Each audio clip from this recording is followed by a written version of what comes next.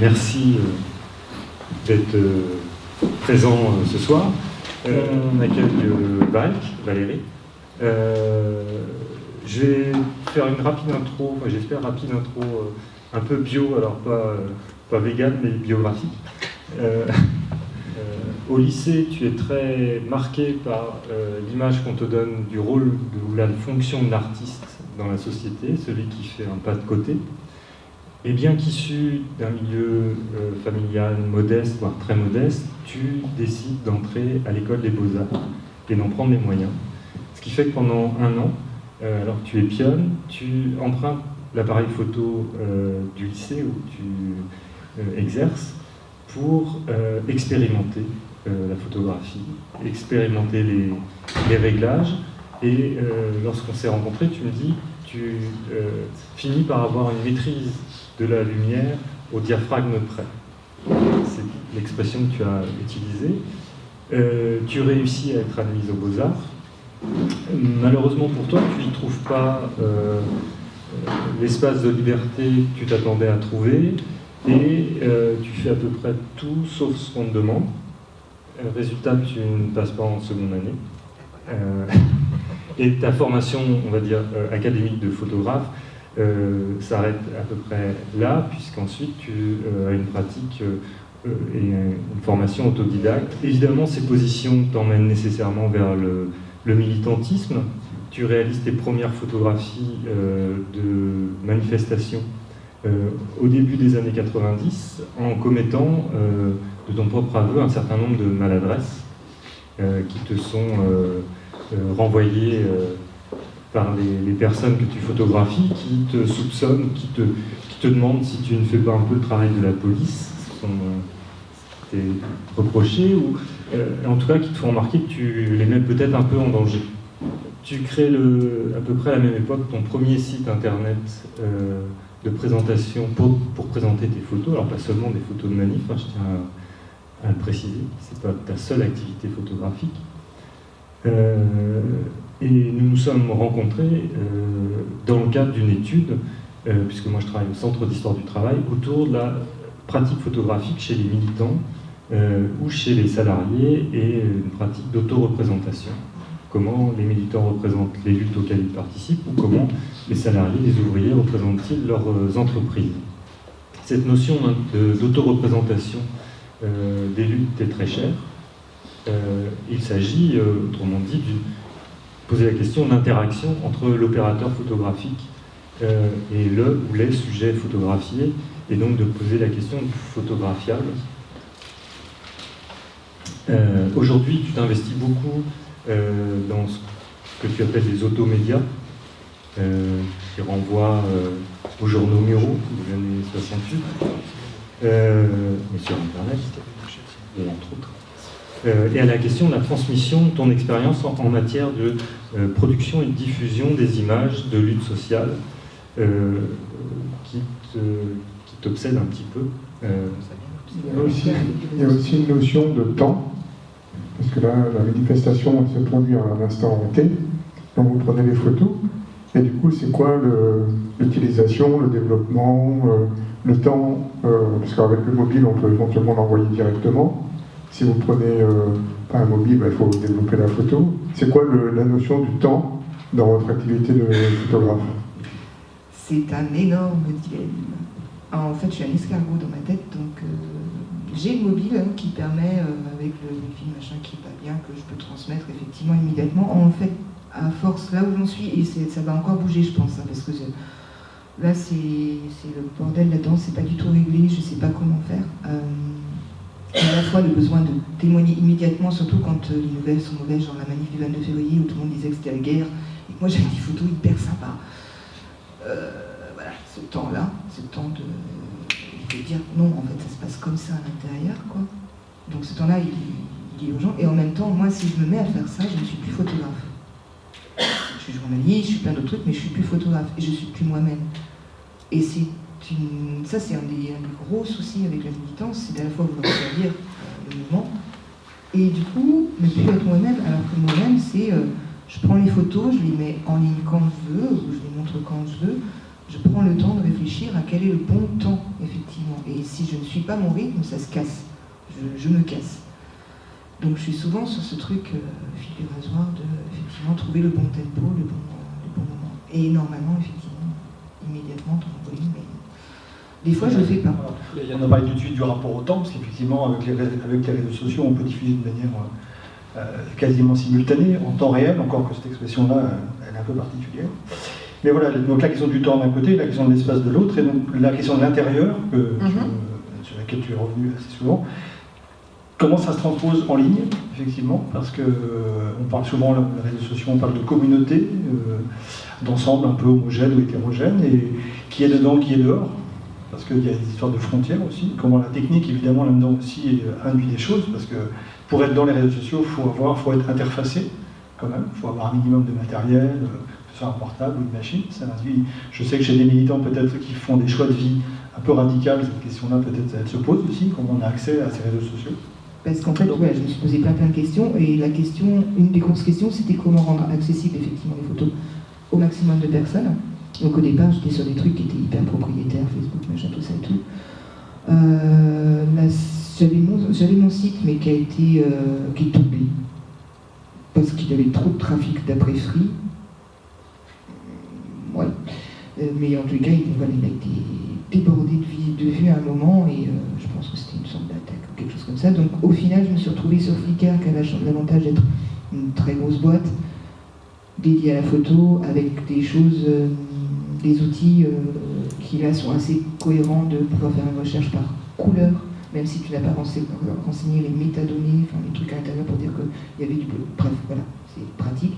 Du coup, Flickr actuellement est la solution stable sur laquelle je suis, mais je suis en train de chercher, parce qu'il y a plein de choses qui m'intéressent évidemment dans le libre. Les médias libres m'intéressent, sauf qu'il n'y a pas de médias libres dédiés à la photo et aux vidéos. Entre autres, je pense essentiellement pour un problème justement de sécurité, que les gens ne pensent pas à flouter, etc. Et je trouve ça vraiment dommage qu'il n'y ait pas une sorte de média libre, banque d'images là-dessus. Par contre, du coup, je suis en train de tester ce qui s'appelle Archive.org, qui est utilisé énormément par Wikipédia, qui est notre source libre, qui a des trucs comme Wikipédia dessus. Je suis en train de tester ces choses-là. Je suis en train de tester aussi tout ce qui concerne Framasoft, les suites, parce qu'ils sont complètement lourdins. Ils n'arrêtent pas d'inventer plein d'outils et tout. Donc là, j'ai vu qu'il y avait un nouveau truc qui était arrivé et tout. Je teste ces choses-là pour voir ce qui va servir. J'ai testé aussi, du coup, ce qu'on appelle le Crabgrass de RiseUp, qui est vraiment utilisé par les militants, qui est hyper sécurisé, dont on sait que, comme certains médias libres, les adresses ne sont pas conservées en mémoire du tout, comme les immédiats, les choses comme ça et tout. Donc j'ai testé ces trucs-là, mais sauf qu'en fait, il y a toujours des problèmes de compatibilité pour l'instant, parce qu'il n'y a pas assez de monde qui les utilise, donc pas assez de monde qui les développe. Donc c'est un peu le serpent qui se mord la queue. Je pense qu'on va arriver à une certaine limite effectivement de la présentation sur les réseaux sociaux. Là, c'est en train de stagner énormément sur Facebook. L'organisation, je pense, commence à se passer ailleurs pour des raisons de sécurité.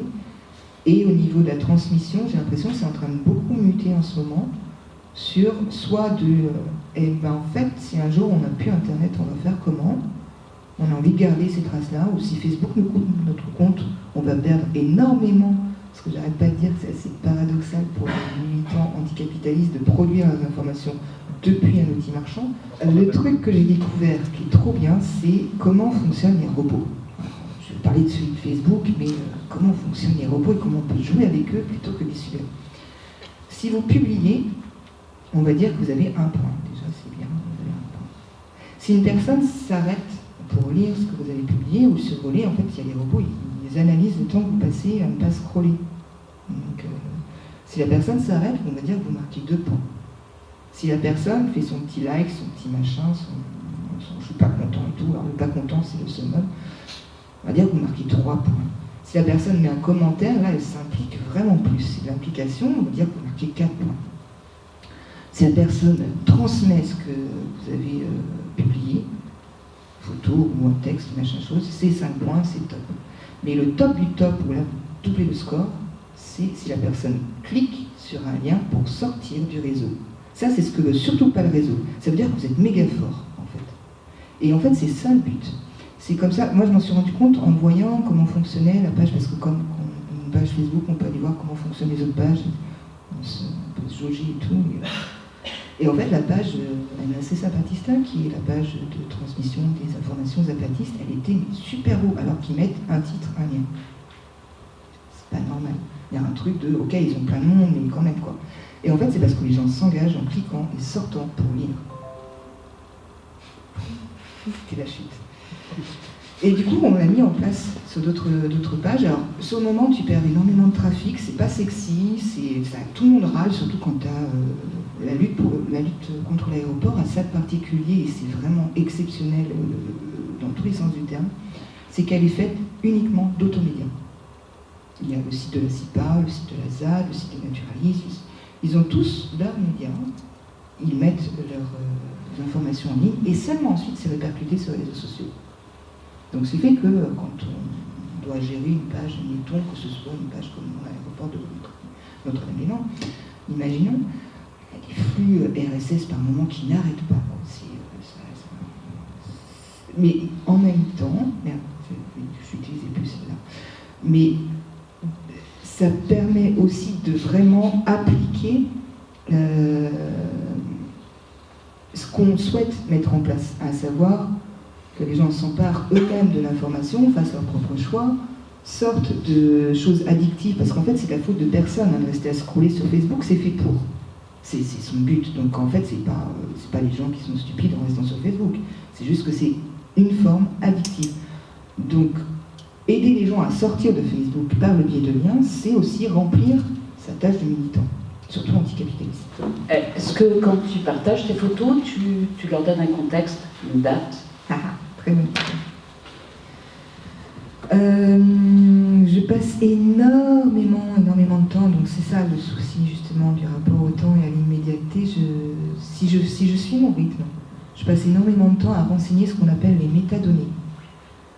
C'est-à-dire à mettre à l'intérieur du fichier photo le contexte, le lieu, la date, l'heure, tout ce qui est intéressant à retrouver plus tard, et évidemment il n'y a jamais tout ce qu'il faut parce qu'en fait tu ne connais pas l'histoire, tu la connais plus tard, donc en fait tu n'as pas pensé qu'à tel moment il se passait ça aussi. Mais je passe énormément de temps là-dessus, effectivement, quasiment autant de temps que sur le traitement d'image. Et par contre, quand on est dans l'immédiateté, et entre autres le fait de passer par Facebook, les métadonnées, et du coup quand quelqu'un cherche une photo sur internet, si elle est sur la plupart des sites, déjà par les métadonnées, elle peut trouver, sauf que sur beaucoup de réseaux sociaux, ces métadonnées sont effacées. Facebook a gardé désormais, il y a le titre, le sous-titre que tu donnes à ta photo, qui n'est pas le titre du fichier, mais le titre que tu donnes toi à l'intérieur de la métadonnée. Ça y est, il arrive à le reconnaître, mais le reste, il efface. Et effectivement, c'est une très très bonne remarque, par les métadonnées, c'est aussi une source de flicage. Donc il y a pas mal de médias libres. Moi j'avais testé d'ailleurs sur... localement, c'est Nantes.media.org qui propose de publier soi-même ses informations et tout. Donc, c'est pas vraiment fait pour la photo, hélas, du coup, j'y publie pas trop. Mais quand je vois des articles intéressants, des fois, je les mets sur ce site-là et tout. Et j'avais remarqué qu'en fait, il n'y avait aucune métadonnée. Donc, derrière, donc c'était un peu... oui. Mais en fait, je préfère que sur ce site-là, il n'y ait pas mes métadonnées, mais que tout le monde soit protégé au niveau de la source de l'appareil photo et tout, plutôt que l'inverse. Donc, de toute façon, les photos existent sur mon site, en plus de ce que je vais publier éventuellement là. Pour certains, l'efficacité des réseaux sociaux n'est plus approuvée. Moi, je suis encore à la recherche, donc j'ai une question à poser sur ce plan-là. C'est de savoir le nombre de photos que tu as en ligne et le nombre de contacts que tu as concrètement pour des demandes de photos par an, on va dire. Alors, je suis pas non plus comptable. C'est pas que je botte en touche, c'est que vraiment j'ai pas cette notion-là. Donc au niveau des photos, c'est monstrueux. Mais elles sont pas toutes visibles. Donc il y en a beaucoup qui sont en mode privé, qui sont en fait mes sources, mes archives photos, qui sont pas forcément retraitées. En visible, c'est beaucoup trop. Je sais pas, sincèrement, j'ai pas de chiffre en tête, mais c'est énorme. Enfin, c'est un truc qui fait... Pour dire, en fait, par exemple sur Flickr, j'ai regardé quand même, il y a quelques jours, j'ai regardé où j'en étais quand même un peu dans les stats, parce qu'il faut regarder de temps en temps. Je doutais qu'il y aurait quelques questions de, mais quels sont les échos. Sur Flickr, par exemple, je suis rendue à 3,6 millions de vues. Ça, sachant que j'ai commencé vraiment à utiliser Flickr en 2012. J'ai un compte depuis 2005, mais j'ai vraiment commencé à l'utiliser. Au revoir. en 2012. Et 3 millions de vues, pour moi, c'est vertigineux. Et ça se trouve, c'est rien du tout, j'en sais rien. J'ai pas de quoi me comparer aux autres et je m'en fous, en fait, de me comparer aux autres. Donc, c'est pas du tout pour ça que je regarde.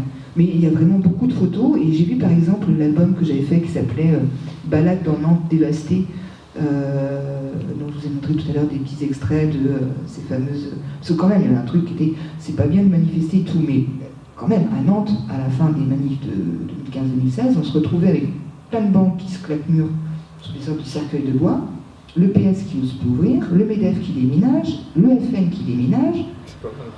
Je veux dire, pour des manifs qui franchement ne servent à rien et que c'est pas la rue qui gouverne, les cibles politiques sont plutôt visibles. Alors voilà, cette balade m'avait permis de dire ça. Et en concerne la ZAD, par exemple, il y a le collectif Mauvaise Troupe qui est, dont certains doivent être à la ZAD, d'autres ailleurs, etc., qui connaît mon boulot à force quand même.